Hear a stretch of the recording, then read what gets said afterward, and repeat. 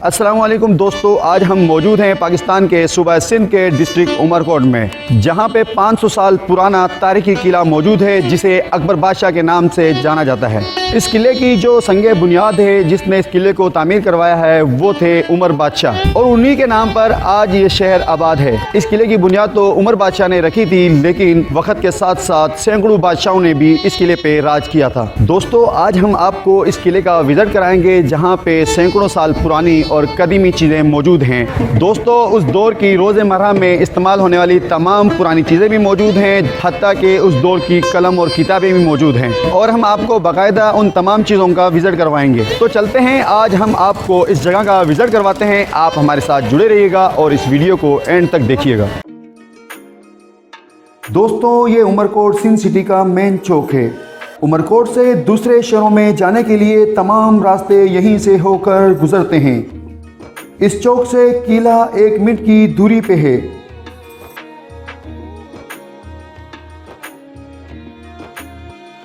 जैसे ही किले की तरफ कदम बढ़ाते हैं, किले के दरवाजे के दोनों साइड गोलदार बड़े बड़े ब्रुज बनाए गए हैं ताकि इस किले की हिफाजत की जाए और दुश्मन को नुकसान पहुंचाया जा सके। जैसे ही किले की तरफ निगाहें उठाते हैं, किले के दरवाजे पर सूरजमुखी का फूल आवेजा है। सूरजमुखी का फूल कदीम ज़माने से मोहब्बत, यकीन, रूहानियत की निशानी समझा जाता था। जैसे ही किले में दाखिल होते हैं, सामने साइन बोर्ड आवेजा हैं जो किले में आने वालों को किले की तारीखी दास्तान बताते हैं।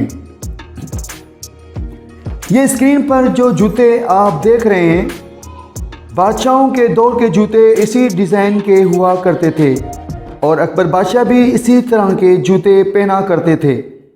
इस किले में कदीम चीज़ों का एक म्यूज़ियम भी मौजूद है जहां मुगलिया, सुमरो, कलोड़ा दौर के बादशाहों के ज़ेरे इस्तेमाल चीज़ें और जंगी साजो सामान भी मौजूद है, जिसमें मुगलिया के दौर में इस्तेमाल होने वाली तलवारें, ज़र्रा, ढाल और जंगी सामान मौजूद है।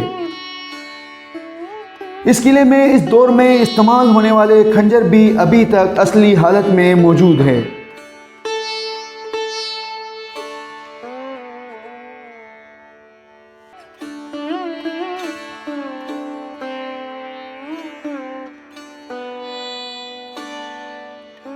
ये स्क्रीन पर जो मूर्तियां आप देख रहे हैं, ये तमाम मूर्तियां जैन मज़हब की हैं जो थर के शहर वीरवा सड़क की तामीर के दौरान ज़मीन से निकाली गई थी। किले में तकरीबन 10 कलमी किताबें भी मौजूद हैं जो फ़ारसी ज़बान में लिखी गई हैं, जो 500 साल कदीमी और तारीखी हैं, जिनमें किताब आयार दानिश जो ड्रामाई अंदाज में लिखी गई किताब है, देवी नज़ीरी किताब जो अकबर आज़म के दौर के मशहूर शायर मोहम्मद हुसैन नज़ीरी ने तहरीर की थी, आईन अकबर 16वीं सदी की किताब है जिसमें अकबर बादशाह के कवानीन शामिल हैं। इसके अलावा महाभारत और ताजमहल के हालात पर लिखी दूसरी किताबें भी मौजूद हैं। ये स्क्रीन पर जो बादशाहों की तस्वीरें आप देख रहे हैं, इन बादशाहों ने अपने अपने दौर में इस किले में राज किया था।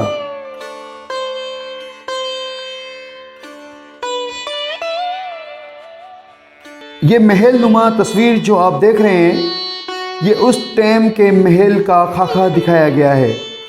ये महल उस वक़्त के बादशाह उमर सुमरो का है, जिसके बारे में कहा जाता है उमर बादशाह ने मारवी को लाकर इसी महल में कैद कर दिया था।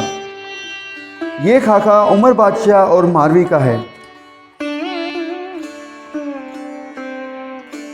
कहा जाता है मारवी मोहब्बत की असीर थी, इसे खुली फ़िज़ाओं से मोहब्बत थी, लिहाजा इसने ऐशो इशरत, कीमती कपड़े, लजीज खाने ठुकरा दिए थे। दिन रात अपने गांव की याद में रोती रहती थी। बलाखिर उमर बादशाह हार गया और उसने इसकी अपनी गांव वालों की मोहब्बत को देखते हुए इसे वापस अपने गांव छोड़ आया था।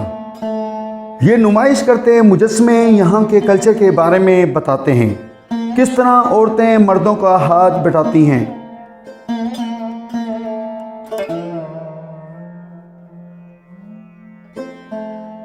मिट्टी के बर्तन किस तरह बनाए जाते हैं।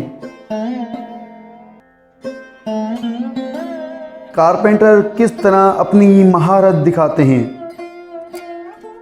कदीम ज़माने में औरतें कैसे आटा पिसा करती थी और मिलजुल कर कैसे काम किया करती थी, ये भी आप स्क्रीन पर देख रहे हैं।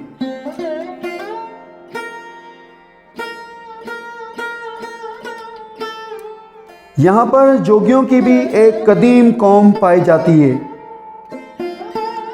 इस म्यूज़ियम में जोगी को भी दिखाया गया है कि वो किस तरह सांपों को पकड़ा करते थे और किस तरह सांपों को रखा करते थे।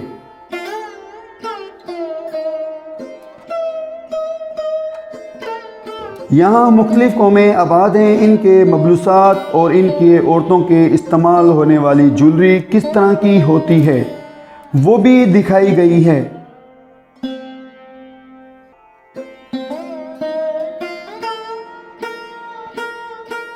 इस किले की दीवारें 45 फीट ऊंची, 17 फुट चौड़ी और 8 फुट मोटी बताई जाती हैं।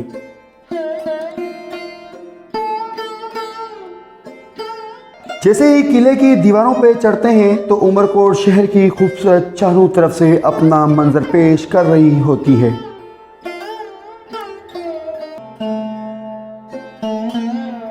इस किले के दरमियान शहर की निगरानी और किले की निगरानी के लिए बहुत ही बड़ा बुर्ज बनाया गया है, जिसकी छत पर 7 तोपें नस्ब की गई हैं, जिनको देखकर इस दौर की खतरनाक हथियारों की अक्कासी होती है।